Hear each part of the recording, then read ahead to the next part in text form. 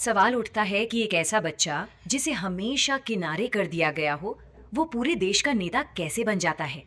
इस कहानी की शुरुआत होती है रोम की एक ठंडी सुबह से। साल था 1977, जब जॉर्जिया मेलोनी बहुत ही छोटी थी।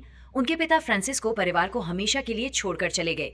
इस एक वाक्य ने उनके अंदर एक ऐसा गहरा भावनात्मक खालीपन पैदा कर दिया, एक ऐसा दर्द जो शायद कभी पूरी तरह से भग ही नहीं पाया।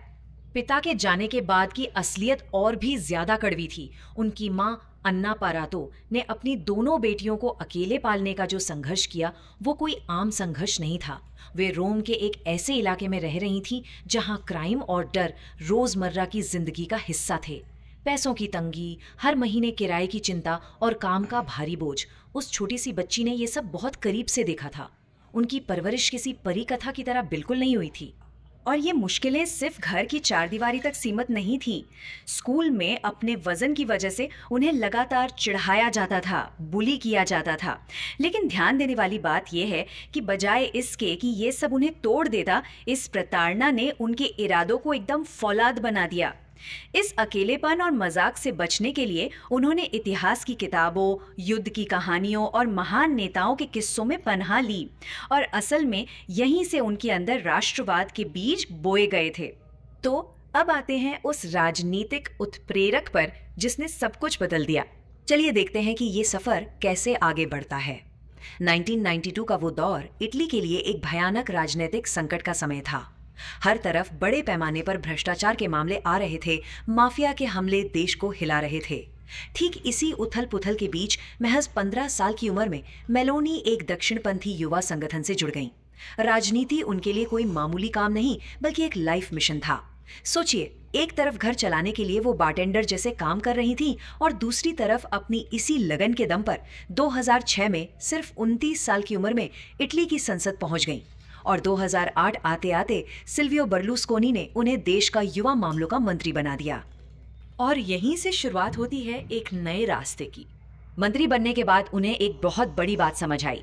उन्हें लगा कि जो स्थापित राजनीतिक वर्ग है, वो इटली की असली पहचान या राष्ट्रवाद को प्राथमिकता नहीं दे रहा है।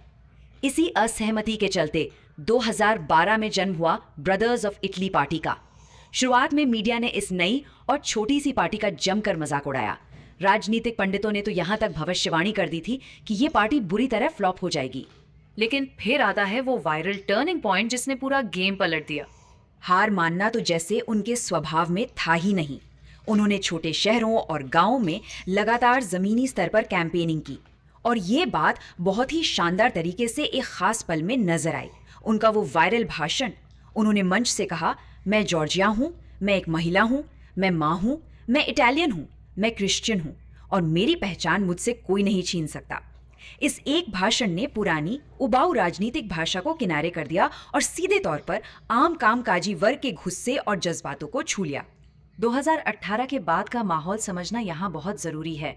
देश में बेरोजगारी तेजी से बढ़ रही थी, इमिग्रेशन को लेकर लोगों में बहुत ज्यादा चिंताएं थी, और इटली एक गंभीर आर्थिक संकट से जूझ रहा था।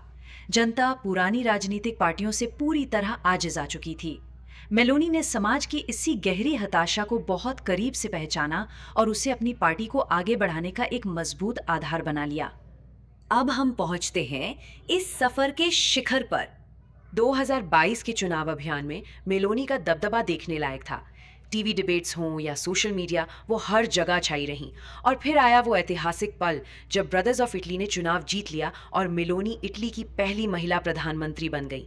ये सिर्फ एक इलेक्शन की जीत नहीं थी, बल्कि संघर्ष कर रही उस युवा लड़की का सत्ता के सर्वोच्च शिखर तक पहुंचने का एक पूरा ट्रांसफॉर्मेशन था। अब इस बारे में जो सबसे दिलचस्प बात है वो ये है कि उनकी इस जीत ने दुनिया भर में दो एकदम अलग नजरियों को जन्म दिए।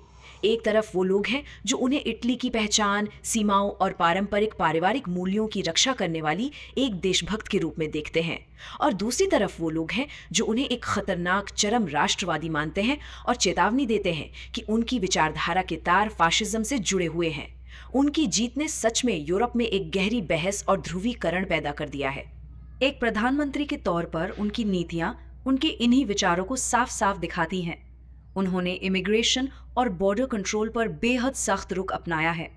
इसके अलावा परिवार समर्थक नीतियों और नेशनल टैक्स रिफॉर्म्स पर उनका खास फोकस रहा है। हालांकि इतालवी राष्ट्रवाद के इस कड़े बचाव के चलते अक्सर यूरोपीय संघ के साथ उनके कूटनीतिक तनाव की स्थिति भी बनी रहती है। इतनी बड़ी राजनीतिक जिम्मेदारी और सत्ता के बीच उनकी निजी जिंदगी भी लगातार सुर्खियों में रही है। हाल ही में पत्रकार एंड्रिया जाम्ब्रूनो के साथ उनका अलगाव काफी चर्चा में रहा, लेकिन इन तमाम मुश्किलों और दबावों के बावजूद वो सार्वजनिक रूप से अपनी सबसे बड़ी ताकत सिर्फ एक को मानती हैं, और वो है उनकी बेटी। तो यहाँ सबसे अहम बात यह है कि एक पिता के छोड़ जाने के दर्द से लेकर देश की पूरी सत्ता संभालने तक का ये असाधारण सफर हमें आधुनिक लीडरशिप के बारे में क्या बताता है। यह हमें सोचने पर मजबूर करता है कि कैसे बचपन की कठिनाइयां और शुरुआती जिंदगी का आघात एक बेहद मजबूत और अड़ियल नेता को गढ़ सकते हैं।